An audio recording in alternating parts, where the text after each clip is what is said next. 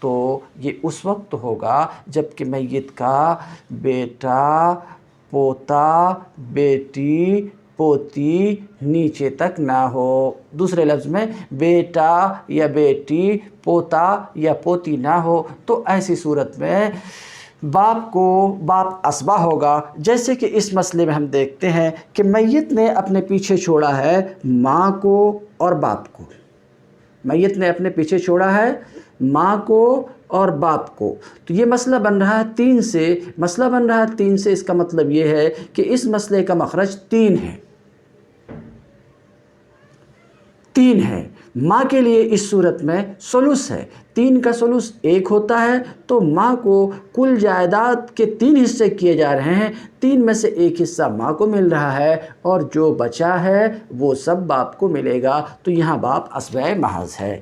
اس میں دیکھنے میں دقت ہو رہی ہے آپ کو، اس لیے میں زبانی بیان پر اکتفا کرتا ہوں، مگر یہ اس بات کو بیان کرتے ہوئے کہ یہ صرف تھیوری کی کتاب نہیں ہے کہ آپ سن لیجئے اور ذہن میں محفوظ کر لیجئے اور یہ کتاب محفوظ ہو جائے گی، ایسا نہیں ہے، بلکہ اگر اس کتاب سے آپ فائدہ اٹھانا چاہتے ہیں تو آپ کو قلم کاپی ساتھ میں رکھنا پڑے گا، اور ساتھ میں رکھنے کے ساتھ ساتھ جو کچھ آپ پڑھیں گے اس پہ آپ کو مشق کرنا پڑے گا۔ ایک ایک مسئلے کو 10 بار آپ کو مشق کرنا پڑے گا، تب آپ اس کتاب سے کما حقہ استفادہ کر پائیں گے۔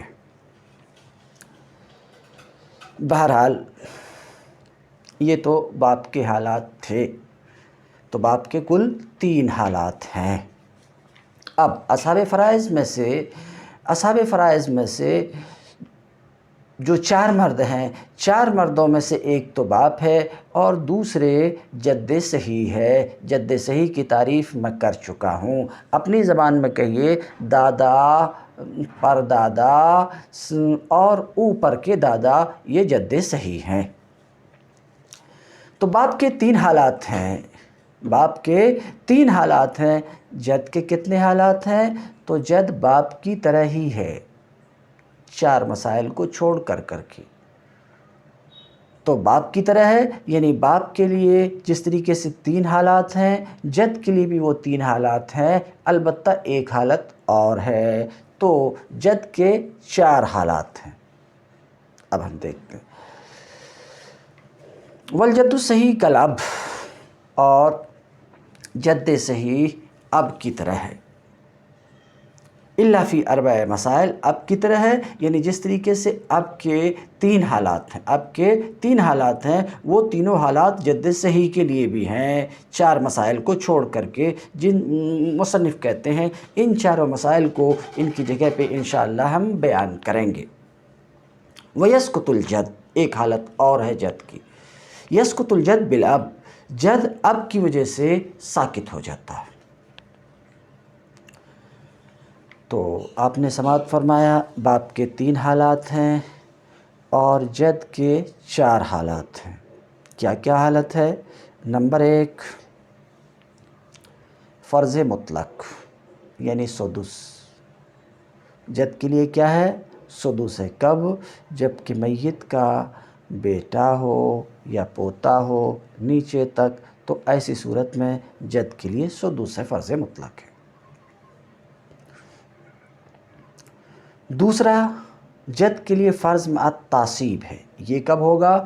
جب کہ میت کی بیٹی ہے اور جد صحیح ہے، یا میت کی پوتی ہے اور جد صحیح ہے، تو اس صورت میں جد صحیح کو، جسے ہم جد بول رہے ہیں، جد کے لیے فرض مع تعصیب ہے، یعنی مقررہ چھٹا حصہ ہے اور بچا ہوا ہے۔ تیسری حالت جد کی یہ ہے کہ جد اسبۂ محض ہوگا۔ جد کیا ہوگا؟ اسبۂ محض ہوگا۔ یہ کب؟ جب کہ میت کی اولاد نہ ہو، یعنی بیٹا بیٹی نہ ہو، اسی طریقے سے اولاد ابن نہ ہو، یعنی پوتا پوتی نہ ہو نیچے تک، تو ایسی صورت میں جد اسبۂ محض ہوگا، یعنی اصحاب فرائض کو دیے جانے کے بعد جو بچے گا ان سب کو جد لے لے گا۔ یہ 3 حالت ہوئی۔ چوتھی حالت، میت کا باپ بھی ہے اور میت کا دادا بھی ہے، میت کا باپ بھی ہے اور میت کا دادا بھی ہے، تو ایسی صورت میں دادا محروم ہو جائے گا۔ محروم ہونے کا مطلب دادا کو کچھ نہیں ملے گا۔ کیوں نہیں ملے گا؟ ایک ضابطہ آپ یاد رکھ لیجئے، دادا کا تعلق میت سے، دادا کا تعلق میت سے، میت کے باپ کے واسطے سے۔ کیا کہہ رہا ہوں؟ دادا کا تعلق میت سے، میت کے باپ کے واسطے سے۔ کیا مطلب؟ اس کا تعلق اس سے جو جڑ رہا ہے میت کے باپ کے واسطے سے جڑ رہا ہے، اور خوب یاد رکھیے واسطہ کی موجودگی میں ذیل واسطہ ساکت ہو جاتا ہے سوائے اولاد کے۔ تو میت کا باپ بھی ہے اور دادا بھی ہے، تو اس صورت میں دادا محروم ہو جائے گا، میت کے میراث سے کچھ بھی نہیں پائے گا۔ کیوں کچھ نہیں پائے گا؟ کیوں کچھ نہیں پائے گا؟ اس لیے کہ واسطہ موجود ہے، واسطہ کی موجودگی میں ذیل واسطہ ساکت ہو جاتا ہے۔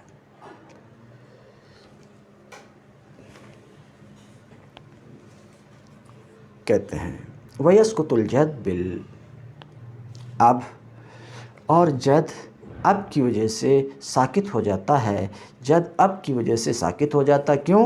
لِأَنَّ الْأَبَ أَصْلٌ فِي قَرَابَةِ الْجَدِّ إِلَى الْمَيِّتِ، اس لیے کہ اب یہ اصل ہے جد کے میت کی طرف قرابت میں، اور اصل کی موجودگی میں فرع یہ ساکت ہو جاتا ہے۔ والجد صحیح میں پیچھے سبق میں تعریف کر چکا ہوں، اور جد صحیح وہ جد ہے کہ میت کی طرف نسبت میں درمیان میں بیچ میں کوئی مؤنث نہ آئے، وہ جد صحیح ہے۔ تو مثلا جسے ہم دادا کہتے ہیں، جسے ہم دادا کہتے ہیں وہ جد صحیح ہے۔ کیوں؟ درمیان میں بیچ میں کوئی عورت نہیں ہے، کوئی مؤنث نہیں ہے۔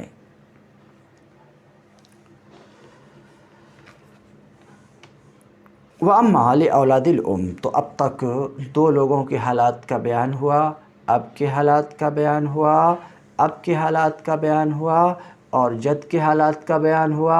حاصل گفتگو کا یہ کہ اب کے 3 حالات ہیں اور جد کے 4 حالات ہیں۔ 3 تو وہی جو اب کے ہیں، ایک ایکسٹرا کہ جد ساکت ہو جاتا ہے اب کی وجہ سے۔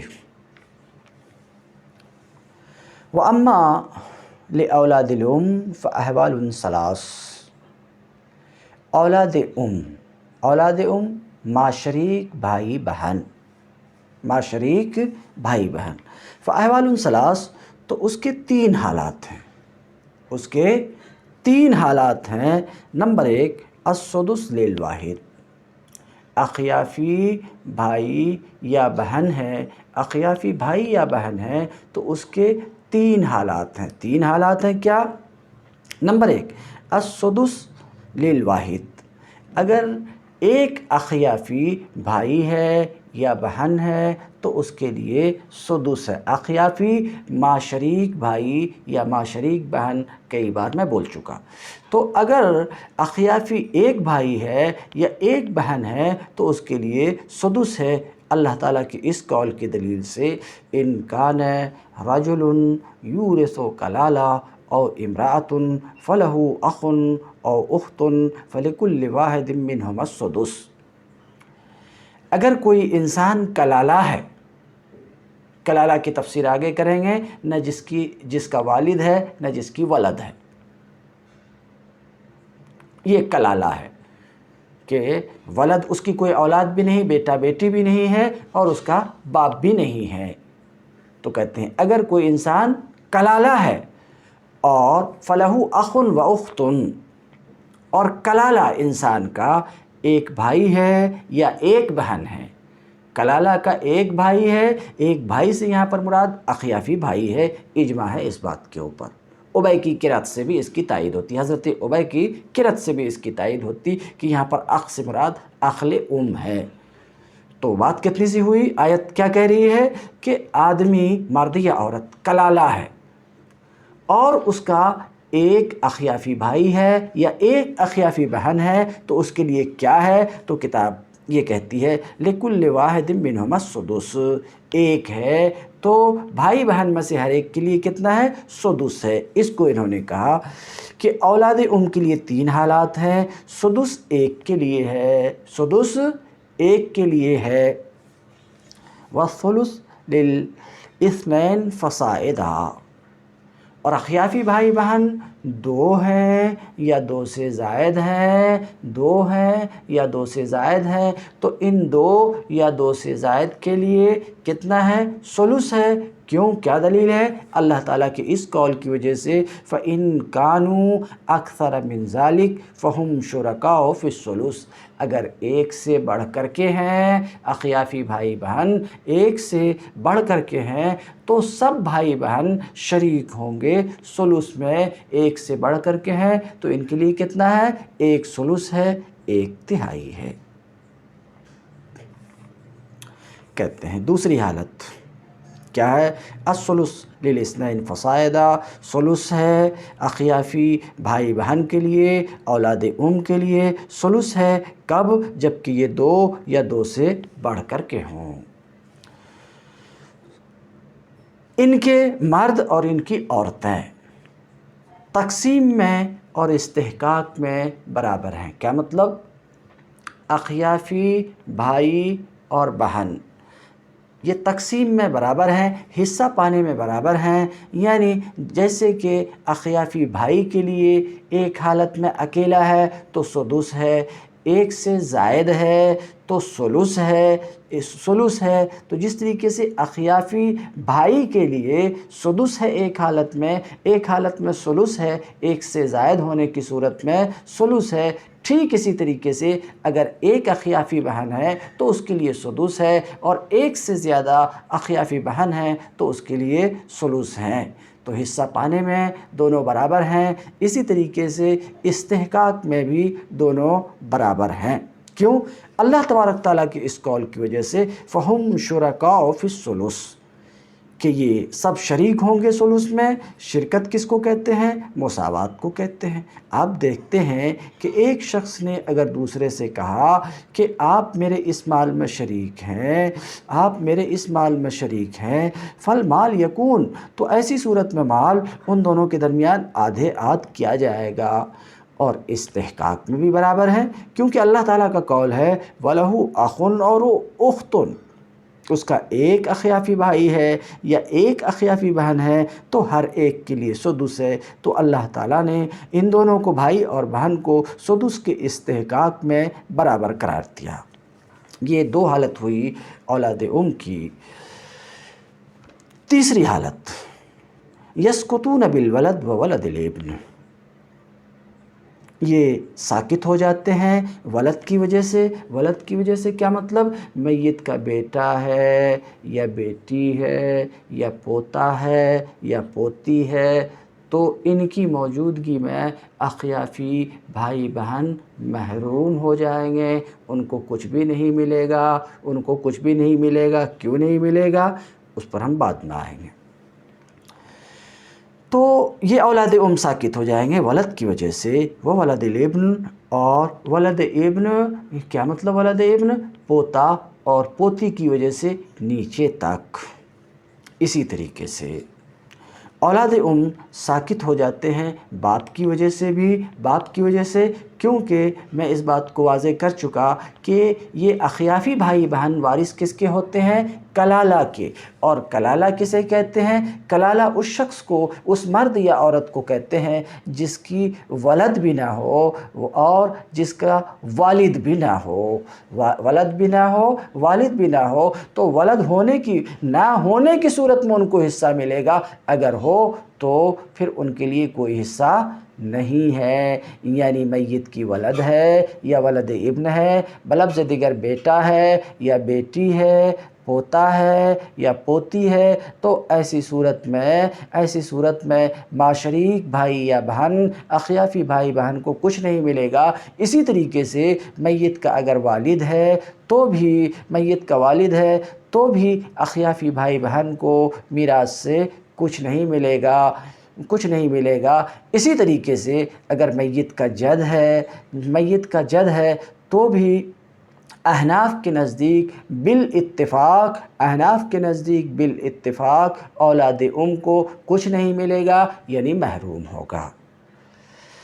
اب یہ جو تھوڑی سی لمبی گفتگو ہوئی اور ذرا دقت ہوئی مجھے، دقت اس لیے ہوئی کہ اس کتاب کا جو حق ہے اس کو ادا کرنے میں ذرا مجھے یہ دقت ہو رہی کہ یہ مسئلہ بورڈ پہ یا نوٹ بک پہ لکھ کر کے مجھے دکھانا چاہیے۔ میں لکھا بھی ہوں الحمدللہ، دکھانے کی کوشش بھی کیا، مگر مجھے جہاں تک محسوس ہو رہا ہے کہ یہ جو کاغذ میں لکھا ہوں سامنے اس کی ریکارڈنگ برابر نہیں ہو پا رہی ہے، اس لیے اس لکھے ہوئے کاغذ کو میں سامنے نہیں کر پا رہا ہوں۔ اس کے لیے میں معذرت خواہ ہوں، لیکن زبانی طور پر جو قاعدہ ہے وہ قاعدہ میں بیان کر دیا، جو حالات ہیں ان حالات کو بتا دیا، اور یہ بھی بتانے کی کوشش کی کہ یہ مسئلہ کیسے بنتا ہے، اس کے بنانے کا کیا طریقہ ہے۔ ایک بار پھر بولتا ہوں، ممکن ہے آپ کو سمجھ میں آئے۔ کبھی آپ کو کوئی مسئلہ بنانا ہے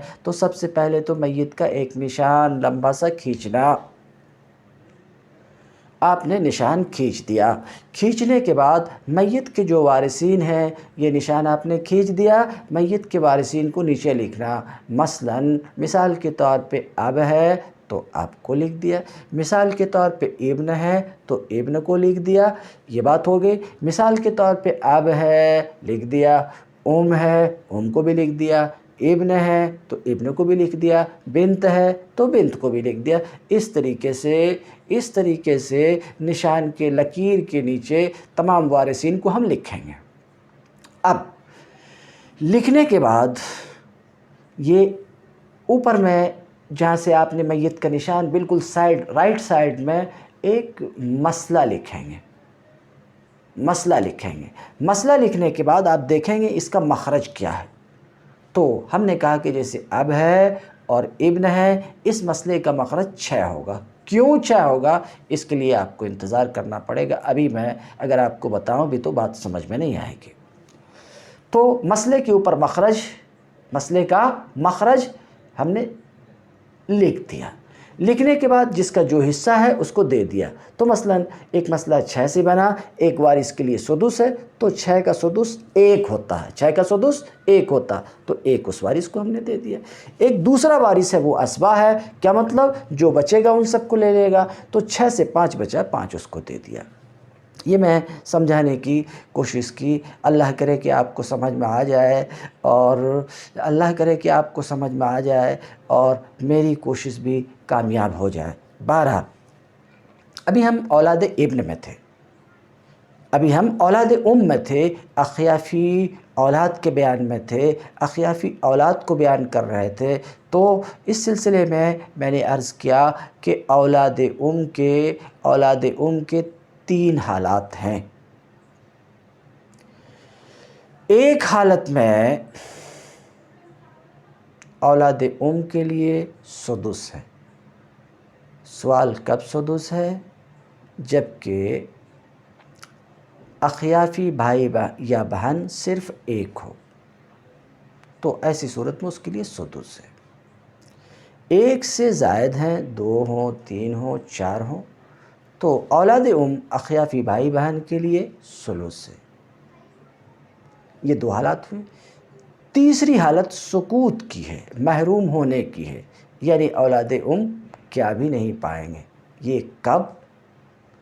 جبکہ میت کی ولد ہے، یعنی بیٹا ہے یا بیٹی ہے، ولد ابن پوتا ہے یا پوتی ہے، نیچے تک پڑپوتا ہے پڑپوتی ہے، نیچے تک، تو اولاد کو کیا بھی نہیں ملے گا۔ اسی طریقے سے اگر میت کا اخیافی بھائی بہن ہے مگر میت کا باپ بھی ہے تو بھی اس صورت میں اولاد کو کچھ نہیں ملے گا، محروم ہو جائے۔ اسی طریقے سے میت کا اخیافی بھائی بہن ہے مگر میت کا دادا ہے یا پردادا ہے، تو ایسی صورت میں بھی اولاد کو کیا بھی نہیں ملے گا۔ اس کو کہہ رہے ہیں۔ وَيَسْقُطُونَ بِالْوَلَدِ وَوَلَدِ الْإِبْنِ، اولاد یہ ساکت ہو جاتی ہیں ولد کی وجہ سے اور ولد ابن کی وجہ سے اگرچہ نیچے تک ہوں، وبالاب اور باپ کی وجہ سے، والجد اور دادا کی وجہ سے، بالاتفاق دادا کی وجہ سے بھی بالاتفاق اصحاب ابو حنیفہ کے اتفاق سے دادا سے بھی ساکت ہو جاتے ہیں۔ تم الدرس اليوم وآخر دعوانا ان الحمد للہ رب العالمین۔